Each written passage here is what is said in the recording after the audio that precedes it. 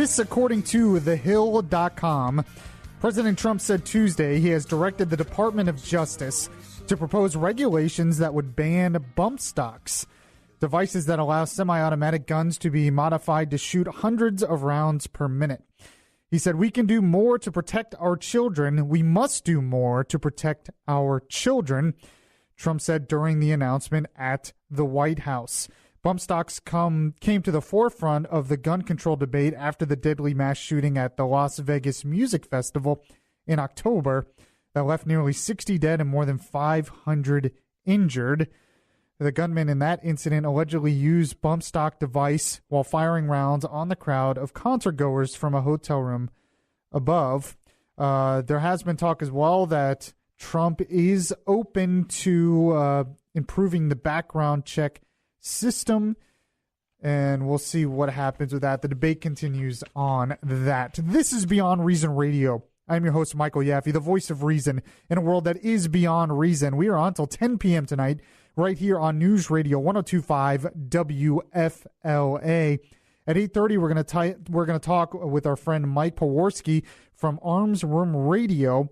He has perspective on gun control, but also has perspective on this pending idea. Some are pushing forward legislation, which is called gun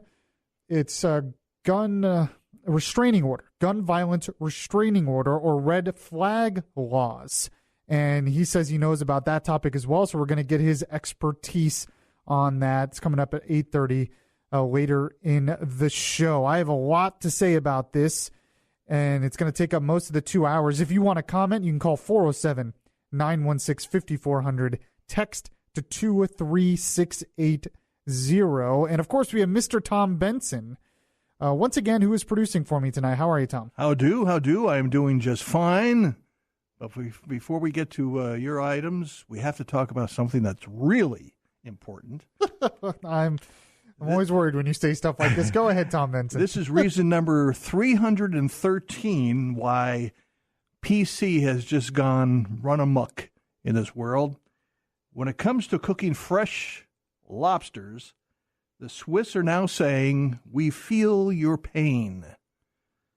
Seems that there's a new law that takes effect March 1st that bans the common cooking method of tossing a live lobster into a pot of boiling water, quickly killing the tasty little treat. That practice is being outlawed because... So how would you do it? Well, we'll get to that. The practice is being outlawed because the Swiss say it's cruel and lobsters can sense pain. It says here that the world's first such national legislation of its kind is calling for more humane death of lobsters, rendering them unconscious before plunging them into the scalding water. Now, there's two methods to do that. You either electrocute them, or you sedate the lobster by dipping it into salt water and then thrusting a knife into its brain. Now, where have we heard that done before? Abortions in America. Oh, that's true. You know. So, I mean, yeah, when you're talking about partial birth abortion, yes. Yeah. We have to keep that legal while protecting the lobsters. Of course. And there's been something like 18,000 abortions the first 2 months of this year. Of course. And where's the outrage on that? Yeah, well, I mean, there is some outrage by people like you and I. Yeah. But not enough. So what you're basically talking about is lobster control. That's right. Lobster control. We need lobster control. We feel to protect the lobsters. We feel their pain. We got to kill them in a more humane way. All right. Well, thanks for that. Thanks for that. I feel like, I mean, I don't know. Does it affect how it tastes afterwards, however you kill it? I wonder. I don't know. I don't eat lobster at all because it just doesn't agree with me, believe it or not. But I just think that's kind of ridiculous. And this article is from a front page news story. With everything that's going on in this world, it makes the front page. Yeah. Interesting. All right. So I have not had a show. Mm-hmm. I haven't been on Beyond Reason. I've obviously been on Good Morning Orlando and given my take on that. But I have not had a show since the shooting in the Southern Florida school in Parkland. And there's a lot of different things I could say about it, but I want to give some perspective on what's always the issue now after these shootings. It immediately comes up. It's what everyone is pushing, mostly because the media is pushing it. And now you have people using kids, young teenagers pushing this agenda. And that, of course, is gun control. And, well, I just want to give some history on the Second Amendment because I think it's important. And I'm going to give you some perspective on why you are not going to get rid of guns in this country. You're not going to get rid of people's guns in America. You're just not. So if we want to come up with a solution to help prevent mass shootings, let's come up with a solution that we can all agree on. You know, I put out a tweet actually last week, and I posted on Facebook as well, that the goal should not just be stop mass shootings. Because you could get rid of due process laws, give police vast amounts of power to arrest people just on mere suspicions, and that would probably do it. That would probably prevent a lot of shootings. But do we want to do that? Do we want to get rid of due process laws? No, of course not. So the question isn't how do we get rid of mass shootings or how do we stop mass shootings? The question really is how do we stop mass shootings while at the same time keeping our rights and our freedoms? Because our rights and our freedoms are important as well. There are a lot of crimes that probably could be stopped if you just give the cops, if the cops didn't have to worry about that pesky due process. There's probably a lot of times they could stop crimes. But we have due process for a reason. Mm-hmm. Sure. Well, we have the Second Amendment for a reason as well. You know, at the Virginia Convention, and I'm reading this from a book that I read years ago. It's called Triumvirate, The Story of the Unlikely Alliance That Saved the Constitution and United the Nation by Bruce Chadwick. It talked about, they have a whole chapter here on the Second Amendment. They have a whole chapter here on the right to bear arms and where it came from. Here's some of what it talks about. It says, at the Virginia Convention, in terms to ratify the Constitution, George Mason pleaded with delegates for language that protected every Virginian's right to carry a gun. Patrick Henry told the state convention that the great object is that every man be armed, and that everyone who is able may have a gun. Samuel Adams in Massachusetts told delegates that several amendments were needed and that Congress could not infringe on the just liberty of the press or the rights of conscience or to prevent the people of the United States who are peaceable citizens from keeping their arms. These are the words of the Founding Fathers. It was a long-standing law in Massachusetts not only that every man could be armed, but had to be to protect the colony from invasion. So they wanted everyone armed in Massachusetts to protect the colony from potential invasion. Mm-hmm. Local communities paid for guns for men too poor to purchase them.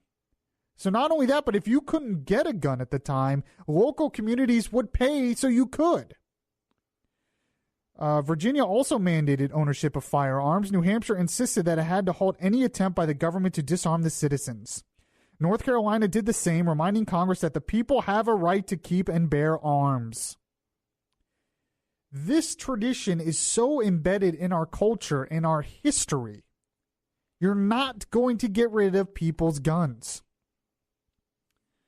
Let's continue on here. It says there were several reasons why American political leaders advocated militias and firearms for citizens in 1787. 1. A fear that a future leader of the new American government might use a national army to oppress the people.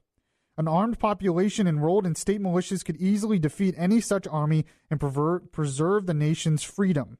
2. A citizen army could be quickly mobilized to defend the country against a second invasion of the United States by England or another foreign power. 3. Individuals needed guns for protection against criminals, Indians, and any wild game that threatened their farm animals. And individuals needed firearm to hunt game to provide food for their families. Hunting was the last thing. You always hear Democrats bring up, oh, well, I'm not against hunting. You should be able to have a gun to hunt, but that's it. That was not why the Second Amendment was there. There's an overriding philosophy behind the Second Amendment. And the fact is, it was to preserve liberty. It was a final check against tyranny. And this is so embedded in our culture, so embedded in our history, and so cherished by those who still cherish the Constitution and millions of people in this country, that this idea that you're going to get rid of guns, it's just not going to happen. Unless you want to start a civil war, if you really think you're going to start confiscating guns, you might as well just declare civil war right now. It's not going to happen. And people who are saying and calling for it, they're being unrealistic. They're doing it for political reasons, and that's it. Another point I want to make, I want to read directly from the Federalist Papers. And I think I've read some of this before, maybe when I was hosting the morning show.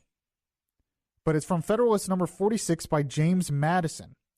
And I don't want to read all of it, but what he talked about here is he talked about how some people were afraid that the federal government would get too powerful and they would, enslave the people of the states and enslave the states. And his point here is that because the people have a right to bear arms, there'd be no way a federal government could take over because they would have to take on an armed citizenry.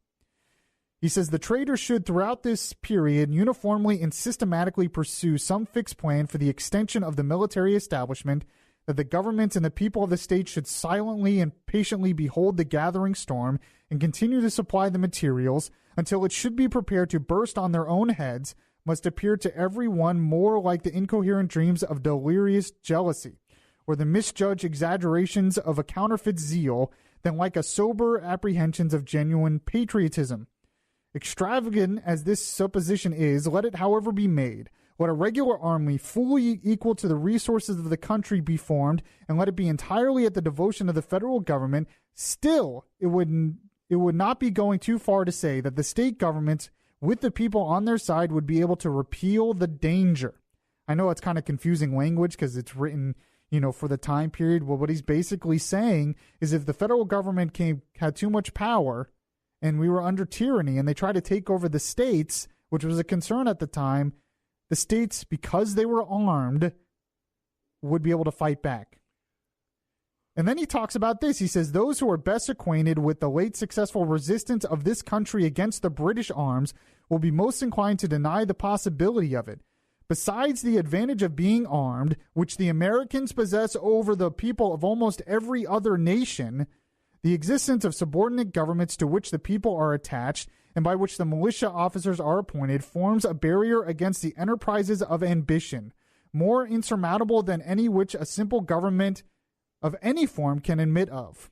Notwithstanding the military establishments in the several kingdoms of Europe, which are carried as far as the public resources will bear, the governments are afraid to trust the people with arms. Why? Because they expected the people to be armed to fight against tyranny. That's why. So the state militia of the time was made up of everyday citizens. Yes, in order for the state militias to exist, it was dependent on everyday Americans to be armed. Right. So that if they were invaded or if there was tyranny at the top, they could easily form a state militia at the bottom. Right. And the state militias back then were not like, say, the National Guard or the Army Reserves of today. Not at all. No, of course not. Yeah. They had regulated state militias, but it was a foregone conclusion at the time that people were armed. I just read earlier from quotes of the Founding Fathers. They wanted everybody to be armed so that if there was a chance that the government could not help you, you would be able to protect yourself. You'd be able to protect yourself individually, and it would be easy to form a militia because the people were trained and armed in guns. That's why the Second Amendment was there. Now, you might say, that's crazy. We can't do that. That was then. We have to do it now. I'm just telling you why the Second Amendment was there. It was a final check against tyranny. That's why. That wasn't the only reason, by the way. They also believed people had a right to defend themselves. That's evident in their own words. But what I'm saying, and my main point in bringing this up,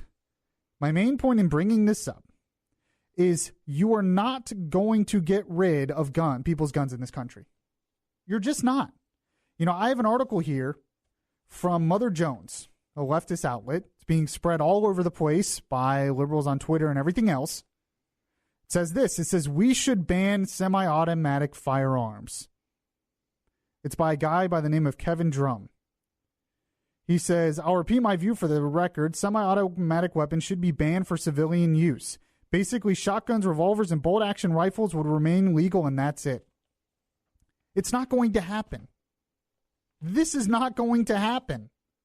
There are too many people in this country right now who believe in the Second Amendment, believe it's useful, believe in the overriding philosophy, but that it's good for citizens to be armed for many different reasons, and most of them, a lot of them, have semi-automatic guns.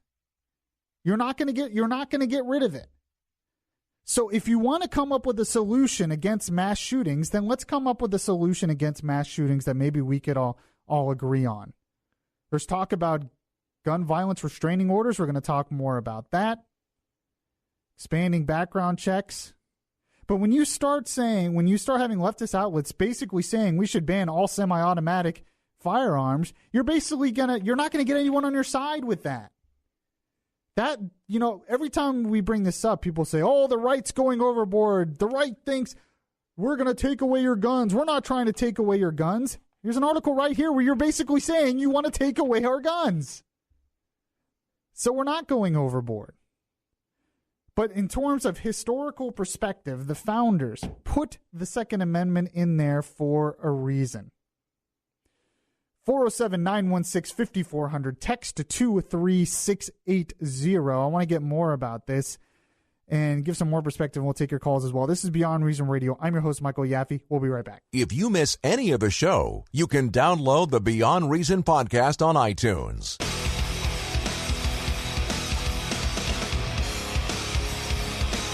The voice of reason in a world that is beyond reason is back now. Welcome back to the show, everyone. This is Beyond Reason Radio. I gave some historical perspective on the whole gun control argument. Basically, that the founders, at the time, even what the founders would want would definitely be radical. They wanted every male to have a gun at the time. And in fact, they paid for individuals who couldn't afford guns to be able to have guns, just so they could protect against invasion, tyranny, and their own household. In fact, there were some who were arguing that the Second Amendment wasn't needed because it was a foregone conclusion that everyone had a right to bear arms. It was just a foregone conclusion that they had that right. But some, understanding that in the future it might not be, said we need an extra protection here, which was the Bill of Rights. Let's take a call here. Let's go to Pete in Claremont. Pete, what's your take on this? All right, Mike, I'm going to throw a little curveball at you, but it's in three parts. Just bear with me. Years ago, in 1994, the Brady Bill was passed, was outlawed all fully automatic and all assault weapons. I graduated from high school in 1990. All right, then full auto guns were, we had kids going to high school back then with shotgun racks in their pickup trucks. Right. No one ever did anything like this. So, one, you have to look at with all the lead in the water and all the chemicals in the foods, is that having an effect on our kids' brains? And secondly, this mentality that every kid gets a trophy and every kid's a winner, when they start growing up and they realize that they're not a winner and they're deemed a loser at that time, they don't know how to cope with it because of all these years of losing every single baseball game and losing every single football game, but you still get a trophy because you're awesome. We need to stop this because this is what is ruining our children. If you want me to tell you what the reason is that more of these mass shootings are happening right now and what's going on in the mind with the kids, I don't know if I have an answer to that. I appreciate and no one does, but these are things that need to be looking, especially with the foods. Years ago there's really no evidence of that, but but still, it's something that really needs to be looked into because I really think that with all the chemicals that are going in the foods that we eat, it's affecting mental development. There was never this much ADD or ADHD back then. You didn't listen to your parents, your father slapped you, and you paid attention. That's how it was. I mean, I think people really need to look at that aspect of it. I mean, I know it's sad. I pray for those people. My wife is from Fort Lauderdale, and she has a lot of her friends that have kids that went to that school. Thank God they're all okay. But there just needs to be a voice of reason to say, hey, listen, what correlation do we have now with lead in the water, with chemicals in the food, and how our kids are reacting? I mean, there's got to be something, because years ago. Well, and I appreciate your call, Pete. I don't know. Well, I don't know if that. I'm really not one of these people who thinks that stuff in the food is driving us crazy or in the water or something. There could be something in the culture. I think there is. I mean, really, the main reason when you look at these mass shootings and why they keep happening more and more, the main reason is because of copycats. A lot of these people that do these mass shootings, what they do is they study previous mass shooters, especially Columbine. Columbine started a lot of it. They go back and they study Columbine, and they want to copy and be like what they were. So it becomes almost an epidemic in these people's minds to do something similar. I have more. I'm going to talk more about this. I actually have some audio from a clinical psychologist who talks a lot about what could be driving these mass shooters in the culture. And these things need to be talked about. They do. Because, you can talk about banning the gun all you want. But when you're dealing with people that are willing to do something so vicious, so despicable as just kill their fellow classmates, mercilessly, just kill them and not think anything about it, and kill dozens of them, there's something not right there.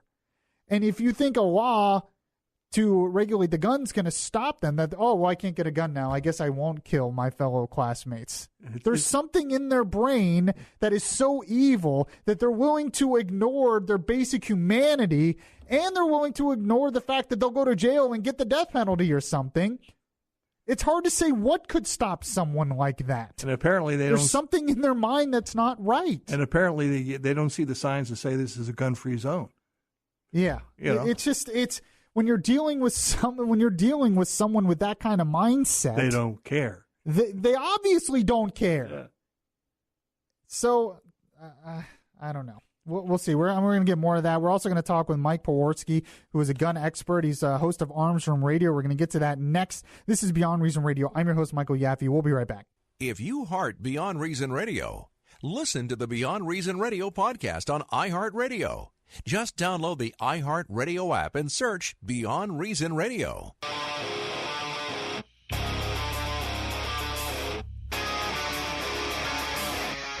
This is Orlando's Smart Talk Radio. Beyond Reason Radio continues now. And by the way, I'm not against all gun regulation. I'm not saying we should get rid of background checks. We have background checks. I just want to come up, if we're going to have this discussion, if we're going to come up with solutions that are reasonable, then let's do it. But if you talk about things like banning semi-automatic guns, it's just not going to happen. The outrage from millions of people in this country would be significant because they believe it's their right to be able to have that. So, but there have been some proposals out there, including one which is a gun violence restraining order. So we're going to get some perspective on that with our buddy Mike Pewarski from Arms Room Radio, who is an expert on this. Hey, Mike, how are you? Michael, how are you doing tonight? Pretty good. It's a horrible reason to have to talk about it, but I'm glad to share actual information and not fake news with you. Okay, great. So you've heard of these proposals. It's been out, especially this week. I think Rubio supports it. Jeb Bush supports it. There's two different names for them. There's red flag laws or gun violence restraining orders, which would give people the ability, family members, siblings, maybe close friends, or maybe even school staff, I don't know, to be able to petition a judge to get someone's guns taken away from them if they're deemed a threat. And it would have to be approved by a judge, kind of like any restraining order. So what do you think about those proposals? Listen, they're in place right now in 4 states. They're in Connecticut. Connecticut put them in place before Sandy Hook. They put them in place before Sandy Hook and still didn't use it against the shooter up there. In California, Washington, and Oregon, and they've spun out of Washington State was the first one to propose it 2 years ago. This has started with. This is easily verifiable with Bloomberg money, every town for gun safety money, trying to start that West Coast wall to spread the gun restrictions, the gun control, the gun seizures that they're going through in California. Listen, this sounds like a good thing on the surface. And the reason it sounds like a surface is, look at the title of it. It's the Extreme Risk Protection Orders. Who doesn't want something like that? That sounds wonderful. If somebody's extreme risk, I want protection from them. Well, couple of the big problems with this, and the first one is, unlike your domestic violence injunctions or your repeat violence injunctions, you have the opportunity to go in there and say to the judge, whoa, hold on, what are they? I don't know what they're talking about. I've never seen this person before in my life. Or in the case of the domestic violence one, Your Honor, if you look at the police report, you'll see it happened the other way. So there's due process in those. And at least in the state of Florida, it's 15 days where you have to appear in front of the judge if somebody walks in for domestic violence and repeat violence, where you get to speak your case. Okay. And in all 4 of these states, California, Connecticut, Washington, Oregon, there's no such provision. This is somebody walks into a judge, convinces the judge, whether it happens to be, an angry girlfriend, a former coworker, whatever it happens to be. I'm not talking about coming from the medical side, the medical field, or the law enforcement side. Those people are professionals, and they're making those recommendations based on their training and experience. I'm talking about the average layperson now has the ability to walk into a judge's chamber. Well, not in the chambers. They go to the judge's hearing, and they say, I want their guns taken away because they're at extreme risk, and that's it. The judge can make that order in abstention. He can check that person for information, ask them questions, do whatever you want. They can have a hearing without you present, without you ever being notified that this is taking place. You've just, I don't know what part of my process. Well, it seems like your problem with it then is how it's written. So, it's too loose. There's not enough due process. What if we added enough due process in a Florida law? Absolutely, and that's what we've been talking about the whole time with this is give it some due process. These 4 states that currently have them written in such a way where they can walk in, have your guns seized without your knowledge, without you being notified, without you getting a hearing, and you're allowed once they seize your guns, then you're allowed to request one, at least in Washington State, 1 hearing per year to discuss the issue. In the other states, you don't get anything. So, Washington was the most liberal, Washington State with that. If you put due process into this, the same way that applies in domestic violence injunctions, repeat violence injunctions, anything else, any other orders that's coming out of the court, due process, whether it be civil due process, criminal due process, whichever, they want to go with the mental health laws or they want to go with the criminal laws, put due process in there. Nobody has any problems with due process. Give me the opportunity to speak my case and make this happen. Now, listen, I'm all okay with, just like in a domestic violence injunction, you take the guns now, and then I get the hearing in 5 days. That way, you don't have to, take my guns forever, and I never get to see them again, because I've seen what happens with law enforcement agencies where their executives are anti-gun. What happens to those guns when they're seized for 5 days? It might be seized for 5 days. You'll get them back 3 years from now in a rusty pile. And they'll fight you the whole time because they believe that guns are bad. Some of these bosses. But I digress. You have to protect the person immediately on the spot, but give us due process to fight that allegation, to be able to earn our Second Amendment rights back without a criminal conviction. Hey, Mike, this is Tom. There's also some people who say that if your name appears on a no-fly zone, you should also not be able to buy a weapon. What's wrong with that? The problem with the no-fly list is that this is put together based on tips, investigative leads. For the most part, they're right on. But I could tell you a number of people that have been placed on that list because the bad guy that they knew, they didn't have all his information, but they knew his first and last name, so they put everybody on the list with that first and last name. So if you were Bob Smith and you were going, and there was a Bob Smith on that list, and they didn't know anything about Bob Smith except he was a white guy named Bob Smith, all white guys named Bob Smith got on the no-fly list. Yeah. The problem with the no-fly list under the Department of Homeland Security regulations is there's no way to get off that list. There's nobody to appeal. There's no federal judge to go to. You're just on that list until you get a congressman on your side that calls over there and says, hey, what's the deal? Why is my constituent Bob Jones on this list? Gotcha. There's no. Well, it's the due process argument again. Like you're saying, if we're going to do stuff like this, we need to have due process. There's a reason why you need due process. So what do you? Yeah, go ahead. It's in our Constitution, Fifth Amendment, due process. Right. Fourth Amendment, process from the state. This is the same reason now you've heard all over the news the past week how President Trump got rid of one of President Obama's mental health laws that kept them from getting firearms. Have you read down into that and seen what it really is? Most of them haven't. Well, again, listen, that was he reversed that because there was no due process. And that law said, and I understand where the intent of this law was. We need to keep the mentally insane or the mentally deranged, whatever it is. It was really broad, though, too. Right, from having firearms. So it was ruled. Now, remember, you had a gentleman on gentleman's it's a loose term there for him. You had a guy on stage who was the president at the time stand there and say, I'll end this with a phone and a pen if I have to, but we're going to get rid of these guns. It's for the children.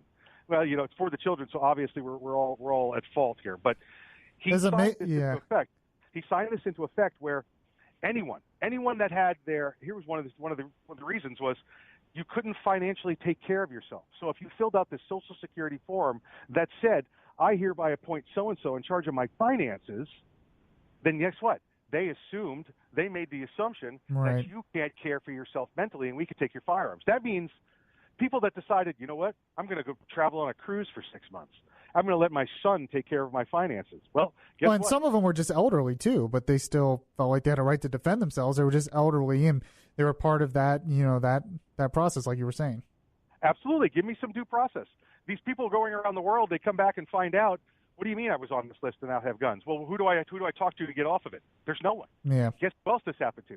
The military people. It's amazing. Their finances in other hands. That whole issue was amazing to me because it was one issue where the NRA and the ACLU agreed. Yeah. So when you have those two organizations agree, there's probably a problem with that regulation. So the other thing I hear a lot is we need to ban assault rifles. You hear that all the time, I'm sure. And I usually ask them, define assault rifle. I mean, what do you think when people say stuff like that? If you're going to use the term assault rifle, I'm probably just going to turn around and sneer at you. Define what an assault rifle is. Tell me what an assault rifle is. Well, it's a rifle that kills. Every gun in the world was designed to kill or prevent killing. Right. That's why they were done. Well, no, it's a machine gun. Okay, well then, so it's nothing that anybody can own right now except for a select few that own a pre-1986 machine gun. What? No, machine guns are not legal. Well, you just told me an assault rifle is a machine gun, and machine guns are not legal, but people have You need to figure out what your argument is before you come into my room. That's what we need to do. There's no such thing as an assault rifle. Assault's an action verb. Assault is a verb. They're implying when they say assault rifle that the rifle goes out and assaults people on its own. It's akin to saying people that commit DUIs drive assault cars. Well, it's also I've also heard the example that you could hit somebody with a flashlight and beat him silly. That flashlight becomes an assault weapon. Yeah, listen, if you swing it more than once, now it's a fully automatic assault flashlight, right? That's right. All right, we're getting a little off track here. So I was reading earlier from an article in Mother Jones where the guy is calling for a ban on all semi-automatic firearms. All semi-automatic firearms. I said basically that's completely unrealistic, that you're never going to do that, at least not anytime soon, because, I mean, how many millions of semi-automatic firearms are in this country right now? Listen, there's over 300 million known firearms in this country. That's only because in 1968 we started putting serial numbers on all of them. Now, there were plenty with serial numbers before that, but they were tracked, and it was mandatory to put a serial number on guns after 1968. So that's the number of guns made in this country post-1968, 300 million. Who knows? And listen, I could tell you pretty much every house in the area where I live has got an old Browning 12 or Browning Sweet 16 in it from 1940 or 1950. So I would guess it's probably closer to 350 or 400 million firearms in this country. But I would say 90% of them would be considered, loose-termed semi-automatics, because what's the definition of a semi-automatic? Let me, Michael, it's I pull the trigger one time, one bullet comes out. And I pull it again, and another bullet comes out. So it implies that there's more than one round, and when I pull the trigger, one round will come out. And I pull it again, another round will come out. So we're talking a gun that holds at least 2 rounds. When I pull the trigger, only one bullet comes out. I pull it again, another bullet comes out. That would include revolvers under that definition, because as long as I keep pulling the trigger one time, bullets keep coming out. Shotguns, if I keep pulling the trigger, a double-barrel shotgun would be a semi-automatic, because I pull the trigger once, a bullet comes out. I pull the trigger again, another bullet comes out. You'd be left with single-shot black powder items and perhaps a lever action and a rifle and a pump shotgun. Well, yeah, the guy who was calling for a ban on semi-automatic firearms, he said he only thinks shotguns, revolvers, and bolt-action rifles should remain legal. Revolvers are semi-automatic. Listen, I've got an automatic in my pocket right now that has less rounds than a revolver. But a revolver, I just keep pulling that trigger. It shoots semi-automatic. It's a revolver. The cylinder rotates, but it's still semi-automatic. Every time you pull the trigger, one bullet comes out. That's the definition of semi-automatic. Gotcha. So, okay. So when someone says common sense gun control, what does that mean to you? When someone says gun confiscation. It's gun confiscation. Ask anybody, get down into the weeds with any of them. What do you mean? Tell me what you mean. Well, I want common sense gun reform. I want common sense gun reform. Tell me, what does that mean? Well, I think we should get rid of guns. So you want confiscation. You want to see the Second Amendment go away because you say common sense gun reform. Well, what does common sense do? Well, we should get rid of all guns. That's not common sense. Michael, you talked about when you started off the program talking about the Second Amendment and why we're never going to get rid of the Second Amendment. Does it sound like common sense when they say, well, we're just going to get rid of 350, 400 million guns? It's no common sense. Well, and what some people are calling for is just getting rid of the manufacturer. So not necessarily confiscating, but stop manufacturing a lot of these guns. Step 1 is to register the guns. Step 2 is to stop making them. Step 3 is identify where they are, and step 4 is come get them from you. Look at every government in this world that's taken firearms away. The easiest one to point to is to Nazi Germany. We're just registering them so we know where they are, so we can come protect you. They came and took them. They came and took them from all the Jews. They came and took them from back then from the criminals, because they were criminals against the state.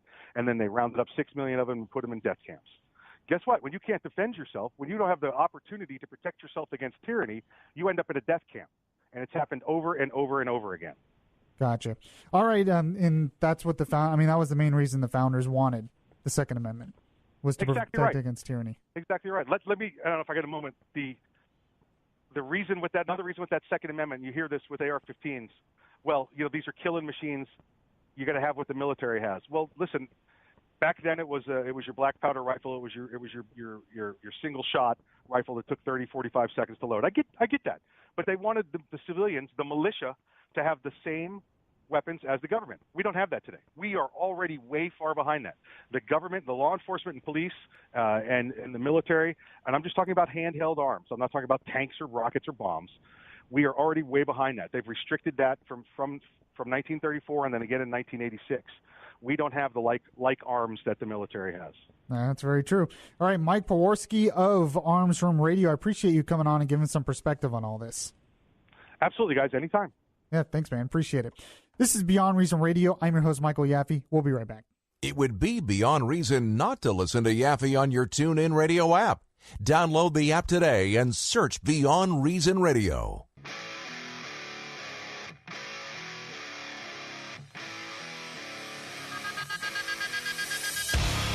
The conscience in your ear telling you the difference between right and wrong. Yaffee is back on the air. So, welcome back to the show, everyone. This is Beyond Reason Radio. That was a pretty good interview. We have one more hour to go. This hour is almost up. Went by really fast. We'll have more to say about this in the next hour. Do you remember, though, when Trump, during his State of the Union, said this? 6 members of the savage MS-13 gang have been charged with Kayla and Nisa's murders. Many of these gang members took advantage of glaring loopholes in our laws to enter the country as illegal unaccompanied alien minors and wound up in Kayla and Nisa's high school. Evelyn, Elizabeth, Freddie, and Robert, tonight everyone in this chamber is praying for you. Everyone in America is grieving for you. I just remember when Trump said that.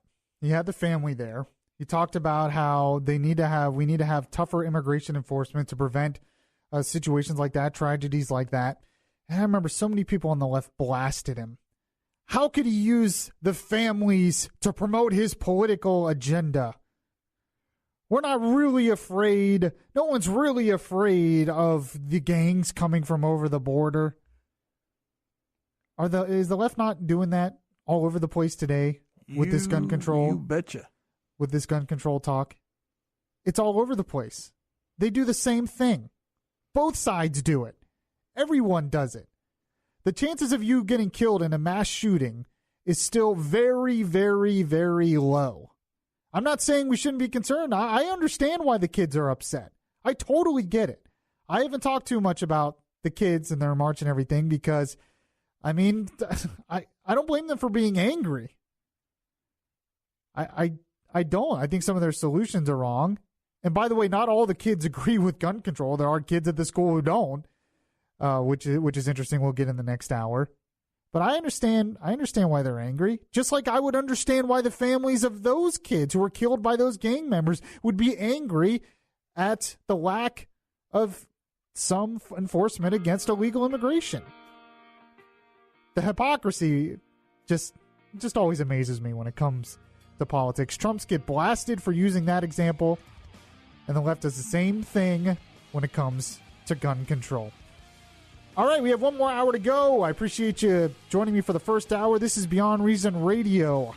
I'm your host, Michael Yaffee, here on News Radio 102.5 WFLA. Sleep, I had to listen to a conscience knowing so well.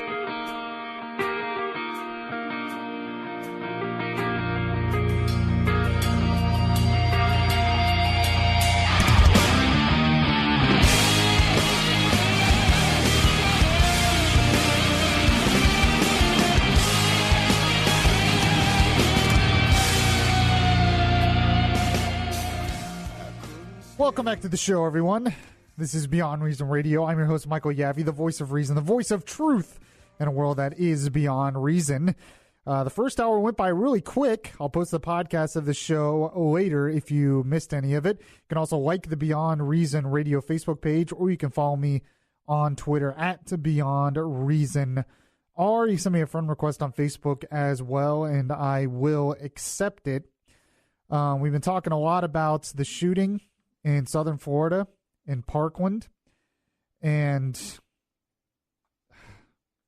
you know, this whole topic, well, first, before I get into that, I want to say we had Tom Benson producing as well. It was a pretty interesting first hour, Tom. It went real quickly. Yeah, which is good. That's good for people like me in radio. Sure, absolutely. So, I just want to say that in some ways, I envy engineers. Might wonder where I'm going with this. Stick with me. Mm-hmm. My dad's an engineer. I know some people who are engineers. Mm-hmm. Engineers have, the way they look at things is very interesting, because basically their job is to look at a machine, maybe a problem, a mechanical problem somewhere, look at that problem, and figure out how to fix that problem. And usually they figure out how to fix it in some mechanical way. So, for instance, if a piece in your car breaks, let's say a belt breaks, they look at it and they figure out, okay, why did the belt break? What caused the belt to break? Mm-hmm. And how do you fix the belt? And how do you put it all back together? This is kind of how they look at the world in a lot of cases.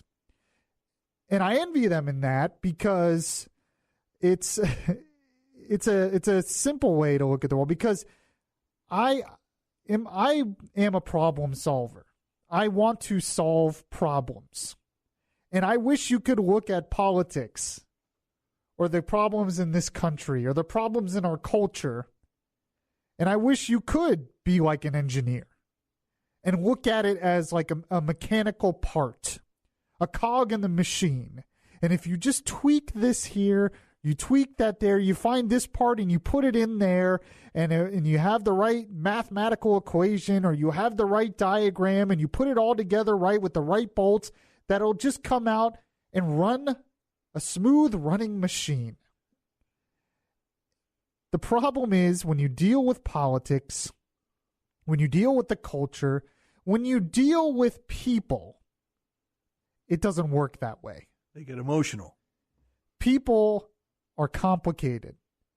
When you deal with a society, there have been people, dictators, countries that have tried to engineer utopias, engineer perfect societies. They figure, oh, we just put this law in place, or we put this thing in place, and it all kind of worked together like a beautifully run machine. A lot of the socialist countries were basically on that premise, that you could scientifically put a society together like that and it would run that way. And you would somehow create a utopia. And it usually doesn't work. Usually has the opposite effect. And so I envy engineers, because in their daily job, they don't have to think about that. They deal with machines. They deal with objects. They deal with parts. So they just have to figure out how to solve the problem by fixing a part and putting the machine together and making it run smoothly. Now, a lot of engineers have social problems because of that. They don't necessarily know how to deal with people, because they kind of look at people the same way they look at machines, and it doesn't work. But I bring this up because, like I said, I really do want to solve problems. When I look at the mass shootings, I want to solve the problem of that. I want to fix that problem. But I understand that, well, two things. One, when you're dealing with people, millions of individuals with millions of different agendas, millions of different wants and needs and desires and thoughts and beliefs, that it's not simple to solve. That there really isn't a perfect solution to the problem of mass shootings. There is not a perfect solution, unfortunately. Does that mean there's nothing we can do? I didn't say that. There are some things we can do. We can protect the schools. We can have trained teachers who are armed. We can have gun restraining orders like I brought up earlier. We can have the FBI actually do its job and when they get a tip, do something about it. And so on and so forth. We can bring back our culture to better values. But none of these are going to stop every instance. But the main reason I bring this up is because I look at so much politics today. And I look at all of these problems today. And I feel like most people, when talking about these issues, have no desire to really solve the problem. I feel like so many of the talking heads out there, on both sides, on every side, they don't want to solve the issues of the day. They just want to be right. They want to win. They want to win. Yeah. They want to put forward their own political agenda for whatever reason. That's why I brought up earlier when someone said we need to ban semi-automatic firearms. I don't think that person is serious about really solving the problem, because it's not going to happen. Not anytime soon. And so I think all of these people on both sides of the issue, I think there is so much, attention, money to be made at creating controversy and creating division and just bashing the other side instead of really wanting to solve issues.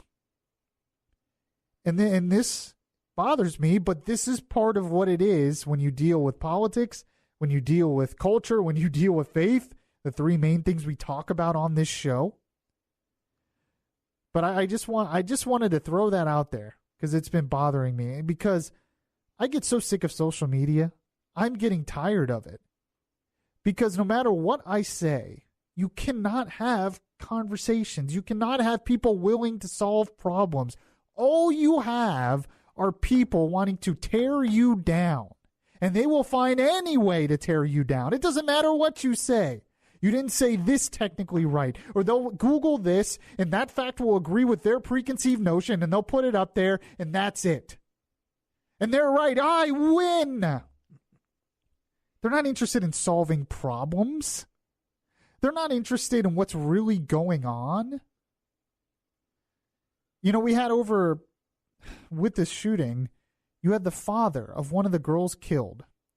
There was a picture of him out when he was looking for his daughter. Mm-hmm. He was wearing a Trump 2020 T-shirt. I saw that. And he was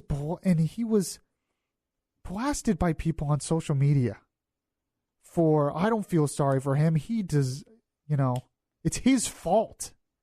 Or when we go down this road of the NRA has blood on its hands, the Republican Party has blood on its hands, I'm thinking, these people don't really want to solve any of these issues. All they care about is winning their own political points. They don't really want to solve this. When it comes to the whole Russia thing and Russia meddling in our elections, I think the vast majority of people don't want to solve that problem. I think they just want to get Trump. They just want to get him. Want to prove he's bad and maybe impeach him. I don't think they really care about solving Russia meddling in our election. There was an interesting article by Byron York in the Washington Examiner that really got me thinking. He pointed out that, yes, Russia meddled, but there's a chance that they were actually really bad at it. That even though we do have a lot of discord, most of that's our own making. That when you look at it, all Russia did was do some Facebook ads. They spent $46,000. Yeah, they did. Hoop-de-doo. Yeah, they spent $46,000. They had some Facebook things go viral. The campaign spent $81 million, and most of that was Hillary. When you look at the big picture of things, they weren't even that good at it. Yet it's a big story, not because any of these people really care that Russia's meddling in our sovereignty, but because we could possibly get Trump. And then we win. What are we winning? Oh, man. How I envy engineers who can look at their job, look at problems, and solve it with simple steps. I understand it doesn't work that way in politics. It's just something that I had a vent about because all I see all day on social media, on these websites, from these talking heads, they don't care about actually solving any of these issues. Amazing. 407-916-5400. Text to 23680. I wanted to play a couple of voices of reason on the whole gun control issue. That's coming up next. This is Beyond Reason Radio. I'm your host, Michael Yaffee. We'll be right back. Listen to the latest episodes of Beyond Reason. Download the podcast at Spreaker.com.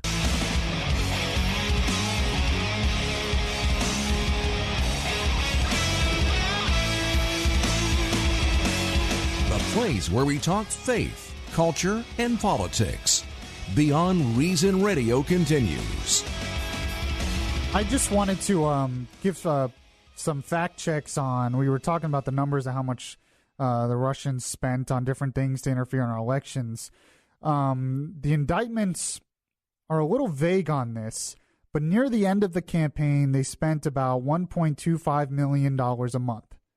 So that is a lot. Now, most of that was to pay for staff and everything, to pay for the people that were involved in all of this.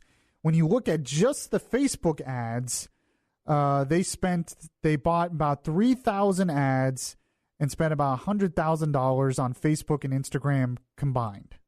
So when you were saying thousands of dollars, it was Facebook and Instagram. That's where the money is. Most of the money went to other things. That is compared to $81 million the Clinton and Trump campaign spent on Facebook and Instagram combined. So a lot less than what the candidates spent. And, of course, the candidates spent $2.4 billion combined on their campaigns. I'm not saying we shouldn't be concerned about what the Russians are doing. They obviously need to be held accountable for what they did. But I just think a lot of this is frankly to get Trump. I really do. And I'm not even talking about Mueller specifically. Nobody really knows what Mueller is doing. He's been kind of secretive on a lot of what he's doing. But I'm just talking about the talking heads out there. Mm-hmm. You know, they want to grab on anything. So the right talking heads want to say, oh, this vindicates Trump. The left talking heads just want to say, oh, this means Trump is guilty and all that. So I think that's what so much of this is about. So I've heard the term, they're getting closer to Trump, you know, when they come up with something. Oh, yeah, of course they are. Yeah. Of course they are. So I just don't think a lot of these people would care as much, seriously, about it. They might, you know, give a passing reference, but if Trump wasn't involved, they wouldn't care. So I wanted to get back to, we were talking about how to solve mass shootings. And I was listening before our show on Good Morning Orlando. There's another show that plays mornings 5 to 6 a.m. on this station, WFLA. It's called This Morning with Gordon Deal. And I just happened to catch this interview, and I thought it was really interesting. Gordon Deal was talking with a clinical psychologist named Dr. John Huber. And he was asking him his opinion when it comes to solving these issues, what's causing the problem. And I thought he was kind of a voice of reason on a lot of this. And he makes the point, I mean, most of what he said is we have to do something to screen these individuals to get them out of circulation. And he was saying that the schools and everything, they basically followed the laws that were given to them. They didn't have a whole lot of options. But when talking about how this is really a complex issue, which it is, this is what he had to say, Dr. John Huber. It is a very complex issue, and if he didn't have access to semi-automatic guns, he may have picked up somebody's truck and drove it through a building or through the crowd after the fire alarm was pulled. So, you know, it's not just any one of those things. I think we have some issues with medication. I think we have issues with parenting. In this case, he lost both of his parents, and he was a lost child. Even though he was 19, he was lost, and your brain doesn't develop fully until you're in your mid-20s. Mm-hmm. He's still a child. So what could have been done then? I mean, because if... So I thought that was really interesting. And then he continues on here and talked about, you know, what role does social media perhaps, or media in general perhaps, play when talking about this? And this is what he had to say. I think it does. I think, you know, social media has, whether we want to believe it or not, it kind of glamorizes all this. We see all this. What is the topic on social media the last week? Has been totally about mass shootings, gun control, mental health, medication, all related to Mr. Cruz and his actions. And now Mr. Cruz is famous, and it's all because of social media. Thing is, we can't shut that down. That cat's out of the bag. Just like trying to get rid of guns. You know, they're out there. We can't put the toothpaste back in the tube. So we have to deal with what's going on. And one of the big problems, too, is being a forensic psychologist, we know criminals like soft targets. And by having these artificially structured soft zones or soft targets, by saying nobody can take a gun in here if you're a legal or a law-abiding citizen, we're creating artificial soft zones that become targets. So he's saying right there, according to what he knows, according to what he has studied, that these mass shooters, they intentionally go after soft targets. That brings the whole gun-free zone issue back into the debate. That, no, you know, arming teachers, you know, if they're trained and everything, allowing them to carry if they have a permit, it's not the perfect solution. Like I said before, there is no perfect solution. But it could at least give someone a chance to fight back. Now, we interviewed Grady Judd, Sheriff Grady Judd, who has a similar program going on this in Polk County, and we asked him, and he said, you know, one of the issues is some people think that teachers, they wouldn't be able to find enough teachers. He said they have had no problem with that at all. He said they've had more than what they thought, teachers wanting to sign up for the program to get armed and to protect kids, because they want to be able to protect themselves and they want to be able to protect the students. And that's just one solution. It's not the be-all, end-all. Like he said there, it's a complicated issue. But that's one solution. So I thought he was a pretty interesting voice of reason.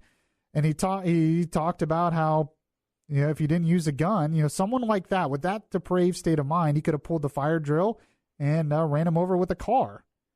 This has been done before.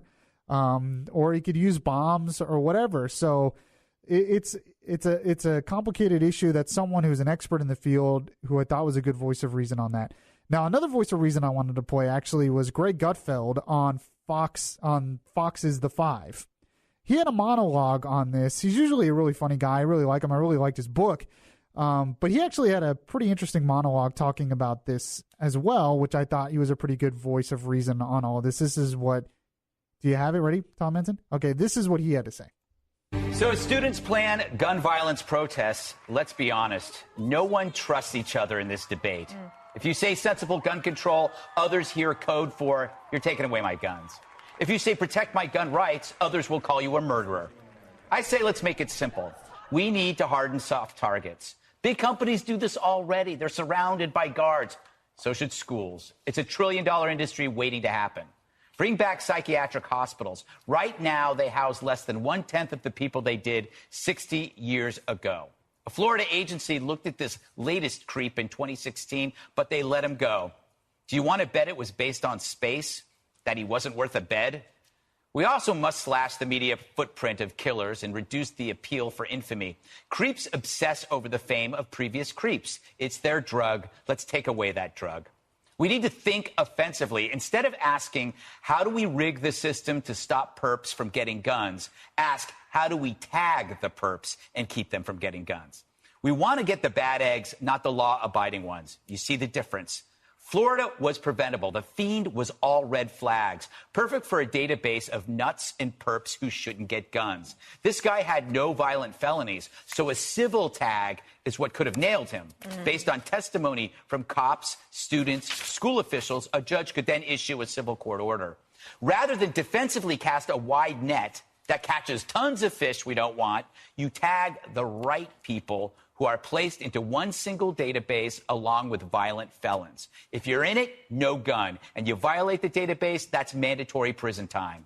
So this isn't just see something, say something. It's actually do something. So by all means, protest. But it won't do much when you're targeting the haystack while letting the needles slip through.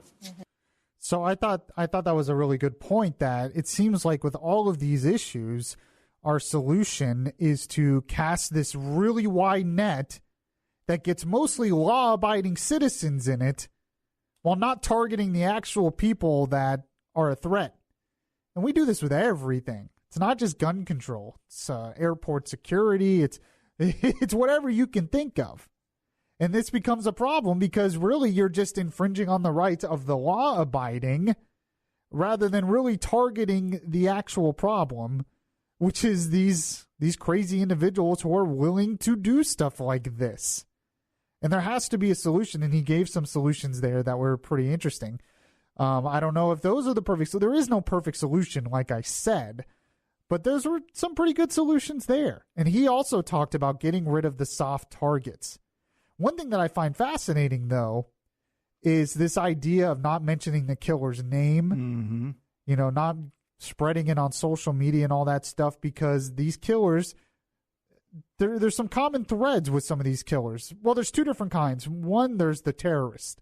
So there's the religious terrorists that do it for that reason. But in a lot of the other killers, they're doing it because they want some kind of notoriety, and they also study previous mass killers. So they'll study Columbine and the other mass killers. They'll study what they did. They'll try to copy what they did. But they'll also want the notoriety. There has to be something there that can prevent that, to target those individuals and prevent them from being able to get the gun without taking away the rights of everybody, including the law-abiding citizens of this country. 407-916-5400. Text to 23680. This is Beyond Reason Radio. I'm your host, Michael Yaffee. We'll be right back. Download the iHeart Radio app and catch the Beyond Reason Radio podcast.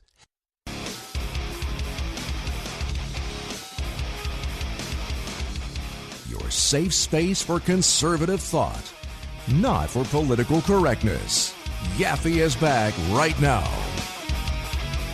All right, I think we have enough time to take a call. By the way, I will end the show with things that made Yaffee laffy. Don't forget about that. You can't forget about that segment. Let's take a call here, though. Let's go to Gregory in Orlando. Gregory, what's up? Hey, Michael, I'm just commenting on the tragedy just happened. I think when our founding fathers was, writing the Constitution and composing it, they could not have conceived of fully automatic weapons that can commit the carnage that's going on in these days as far as the violence itself. And another point I wanted to make: why doesn't the federal government issue metal detectors for all public schools? We can talk about security all day or whatever, but look at the cost. Who's going to pay for that? So are you saying that you want metal detectors at every school? Yes, we want. I don't want it. It's the most practical thing to do. It makes sense. Okay. You have them in nightclubs, don't you? You should have them in every public school system that there is. I mean, yeah, you have them in nightclubs, you have them in football games, you have them in courthouses, you have them in concerts. So yeah, it's a good point. At least you can have some type of, I don't know, a gate maybe, or some kind of security. Right. I'm not a security expert by any stretch of the imagination. So back to the gun issue then. What's your solution then? Well, the solution is I'm not an advocate for banning fully automatic weapons, which of course those are military issue weapons, but those should not be in the hands of the public or whatever. What are you out? You don't need it for hunting. You mean? Well, what do you mean? Because fully automatic are already almost impossible to get. You can, but it's really, really difficult. Are you talking about semi-automatics? Well, we're talking about fully automatics or any semi-automatic that you can augment and make into a fully automatic weapon. My point is you don't need fully automatic weapons in the public like that to make it so easily accessible at gun shops or at gun shows. Oh, okay. I mean, do you really think that's going to stop, though? I mean, you have semi-automatic handguns. Yeah, okay, but handguns are not committing mass shootings and carnage like that. Well, they did. They did at Virginia Tech, actually. I did at Virginia Tech, but let's look at the and in Charleston, I think didn't he have a semi-automatic handgun at the church? At Virginia Tech, he probably did. I don't know. It wasn't I can tell you, it wasn't. He committed a carnage. I can tell you that. So the point is not banning the guns. The point is getting metal detectors in this public school system, so that would be some type of deterrent. Right. All right. I appreciate your call, Gregory. You gotta get all your facts straight before you call in. If this, there's so many misconceptions about the whole issue with guns. I mean, you talk about banning. He comes on and he says, hey, we need to ban automatic guns. Well, they pretty much are. I mean, you can get them, but it's a lot more difficult to get them. Okay, well, we need to ban semi-automatic, like ARs or whatever. Well, it's the same as most rifles. And handguns are just as dangerous in a lot of situations. Oh, well, we need to ban them, I guess. I don't know. I want real solutions here, please. Okay, so I found it's talking about this whole Trump-Russia collusion stuff. I found an article in Politico that is basically where I am when it comes to Trump and Russia, and this whole with Russiagate collusion and all of that stuff. It's by a guy by the name of Blake Hounshill, and it says Confessions of a Russiagate Skeptic. And when I was reading through this and I was going through this, I agreed with so much of what he said in terms of why it's always been hard for me to believe that there's some kind of collusion, that there was this really big collusion between Russia and the Trump campaign. We know that Russia wanted Trump to win, or at least wanted to help Trump, but they also wanted Bernie Sanders to win. And they were also involved before Trump won. So it's more than just, we love Trump.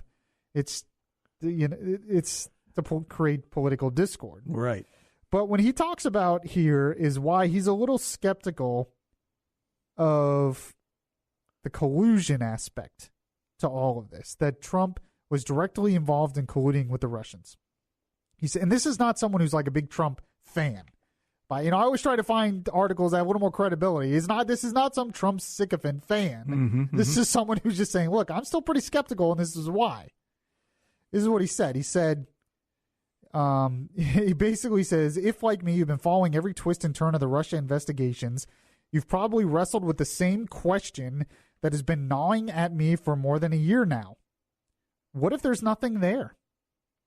He says, no, I'm not denying the evidence that Russia, Kremlin, strongman Vladimir Putin, at his personal direction, sought to meddle in the 2016 election, and that Donald Trump was clearly his man.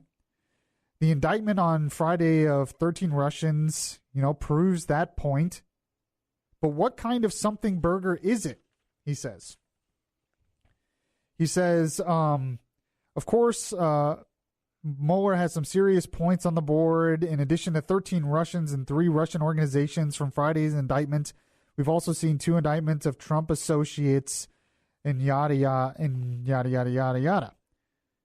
And he talks about the fact that Trump was a little too positive of Russia in the campaign, and that's what really got a lot of people down this road. But then he asks this question. He goes, so why am I still skeptical about it? He says, I keep coming back to the slapdash nature of Trump's 2016 operation and the chaos and the dysfunction that everyone who covered that campaign saw play out each day. Like the Trump White House, the Trump campaign was a viper's nest of incompetence and intrigue, with aides leaking viciously against one another almost daily. So much damaging information poured out of Trump Tower that it's hard to believe a conspiracy to collude with Moscow to win the election never went public. If there was such a conspiracy, it must have been a very closely guarded secret. He said, then there's the Trump factor to consider. Here's a man who seems to share every thought that enters his head almost as soon as he enters it.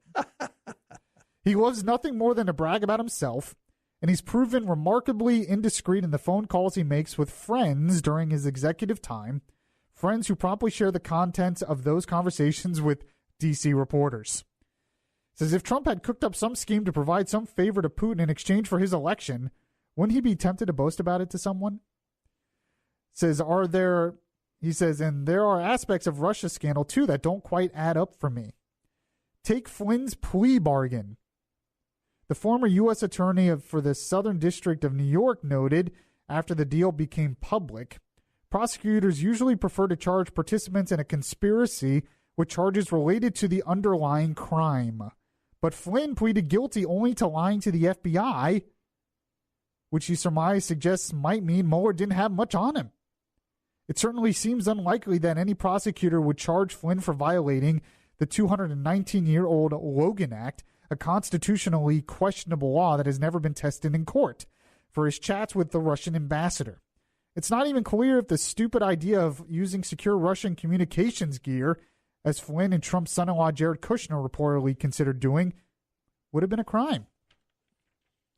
He says, then there is Papadopoulos, the hapless campaign volunteer who drunkenly blabbed to the Australian ambassador to London that the Russians were sitting on loads of hacked emails. He likewise confessed only lying to the FBI. Papadopoulos desperately tried to arrange meetings between Trump or top Trump officials and Russians, which apparently never happened. Papadopoulos has been cooperating with Mueller for months, but how much does he really have to offer? He seems like an attention-seeking wannabe, the kind who puts a model UN participant on his resume. All right. So speaking of attention-seeking wannabes, Carter Page was another volunteer campaign advisor who was enthusiastic about collaborating with Russia. His writings and comments suggest he has been a Putin apologist for years. But anyone who has seen Page's TV interviews or read through his congressional testimony can tell that there's something not quite right about him. He's apparently broke, doesn't have a lawyer, and has issued lengthy, bizarre statements comparing himself to Martin Luther King Jr. Back in 2013, when a Russian agent tried to recruit Page, he described him as too much of an idiot to bother with. This is the mastermind behind the Russia scandal? He says, As for Manafort and Gates, the charges against them are serious and detailed. They stand accused of failing to register as foreign agents for their overseas work, as well as various offenses related to money laundering. But Mueller has yet to charge them with any crimes related to their work on the Trump campaign. Gates is reportedly working out a cooperation deal with the Mueller team. Perhaps he has stories to tell, and we can't rule the idea that Mueller is prepared to file superseding charges against either or both of the two men. But so far, their alleged crimes seem unrelated to 2016. There is, of course, plenty of public evidence that Trump was all too happy to collude with Putin. He said, Russia, if you're listening, I hope you're able to find the 30,000 emails that are missing. I mean, that was obviously a joke. We all know that was a joke. Yeah. You know, he talked about WikiLeaks and all that stuff. But he says, really, it just doesn't seem like there's really a whole lot there. He says, Mueller's team doesn't leak, and he's repeatedly surprised us, as he did again on Friday. But I'm still waiting for a smoking gun, and the special counsel hasn't shown us one yet, assuming he ever will. So I read that, and I was like, I think I agree with a lot of that. Mm-hmm. Mostly that the Trump campaign seems so incompetent that even if they tried to collude with Russia, I don't think they ever really did. I don't think they would have known really how to, or if any collusion actually happened. So, and then there's talk today that Flynn might take back his plea. Oh, really?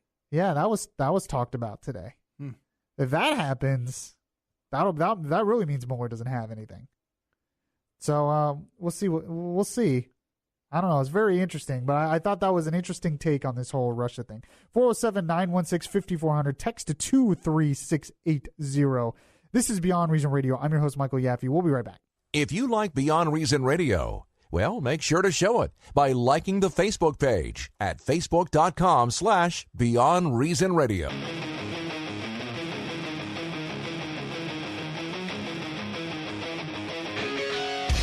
Your voice of truth in a world of fake news. Beyond Reason Radio continues right now. Welcome back to the show, everyone. This is Beyond Reason Radio. I am your host, Michael Yaffee, the voice of reason in a world that is beyond reason. We are almost done with the show. We've talked a lot about what happened in Southern Florida, the tragedy with the mass shooting in Parkland. We talked a little bit about the whole Russia-Trump collusion investigation, how we'll see what happens with that. People are still convinced that there's something that they've got on Trump and that it's going to take him down. If there is something they have on Trump, I'm just not sure it's the collusion that they have on him. You know, when you go to Trump's finances or something, who knows what Trump's been up to most of his life. But when it comes to the whole collusion thing, I'm not sure if they have anything there, and mostly because of what the other guy said, that their campaign was so unorganized. And I was never convinced that Trump really wanted to win, at least not until the very end, that it's just hard for me that he went out of his way to work with Russia to get them to help him win. I just didn't see evidence of that in the campaign. I don't think that's, and I really don't think that's why Trump won either. I don't think Russia really had any. I mean, they obviously had influence with some, but I don't think that's the big reason why Trump won. I think the big reason why Trump won is Hillary was just a really bad candidate. Mm-hmm. She did not get the turnout, especially with minorities, that they thought she would, and that's what really helped Obama. Was though the minority vote specifically really helped Obama in turnout to beat Mitt Romney, of course, in 2012 as well. Hillary just could not get that voter turnout. I don't think Russia was really the reason why that is. She thought she should get turnout because she was due. It was her turn to be Madam President, if you will. And she just took too much for granted. Well, yeah, and their whole strategy, their biggest strategy was, one, try to get women to turn out. And they just did not get enough women to turn out to make the difference. That, and also hate Trump. Hate Trump. That's why I say the second thing was just be against Trump and everything Trump did, and it just didn't work. And the Democrats are still doing that. Who knows if it'll work? I mean, I criticize my side as well because they talk about how this was a huge victory for Trump. No, Trump barely won. He lost the popular vote. A lot of the states he won were very close. So we can't, the Republicans can't be arrogant about it. They can't be arrogant about it and say this is a landslide, this is a mandate, this means Trump will win and he'll win again. No, you can't be arrogant about it. But this whole idea that Russia was one of the main reasons, I just don't buy it. I just don't. Not that Russia wasn't trying to collude. They obviously, or wasn't trying to meddle. They obviously were trying to meddle. I just don't know how effective they were. All right, it's time to end the show with the favorite segment once again.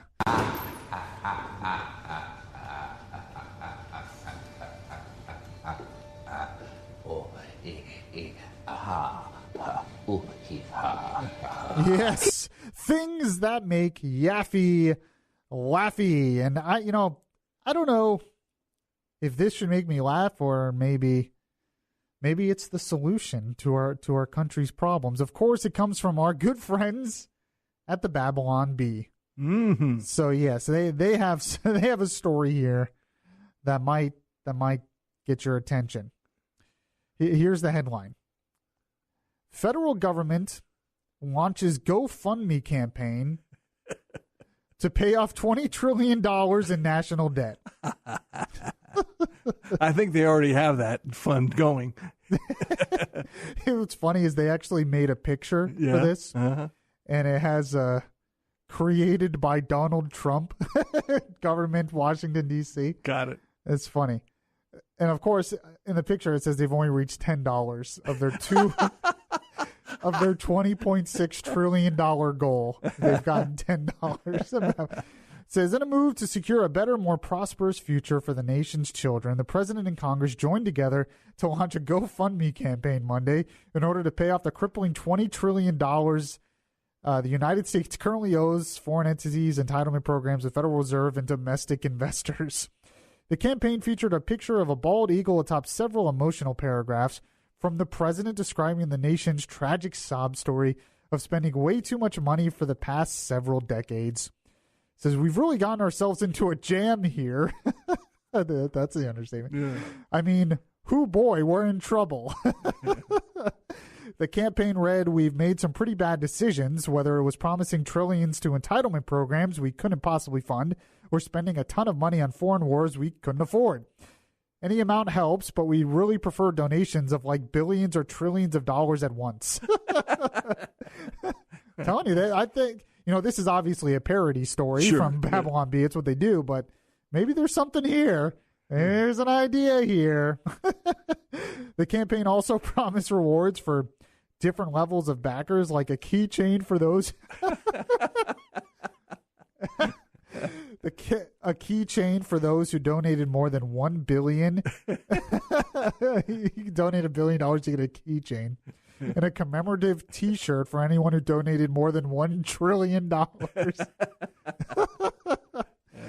Those donating a lesser amount weren't offered a reward, but were simply thanked for their help in paying off the back-breaking amount the United States government has borrowed over the years. and they got $10 so far. Yeah. So far, that's all they got. That's our friends at the Babel. That's our friends at the Babylon Bee. All right. I love to end on a laugh like that. I really appreciate you listening to the show. If you missed any of the show, you can catch the podcasts anywhere that podcasts are available. You can like the Beyond Reason Radio Facebook page. You can follow me on Twitter at Beyond Reason R. And, I'll catch you guys next time. Thanks for joining me. I couldn't sleep, but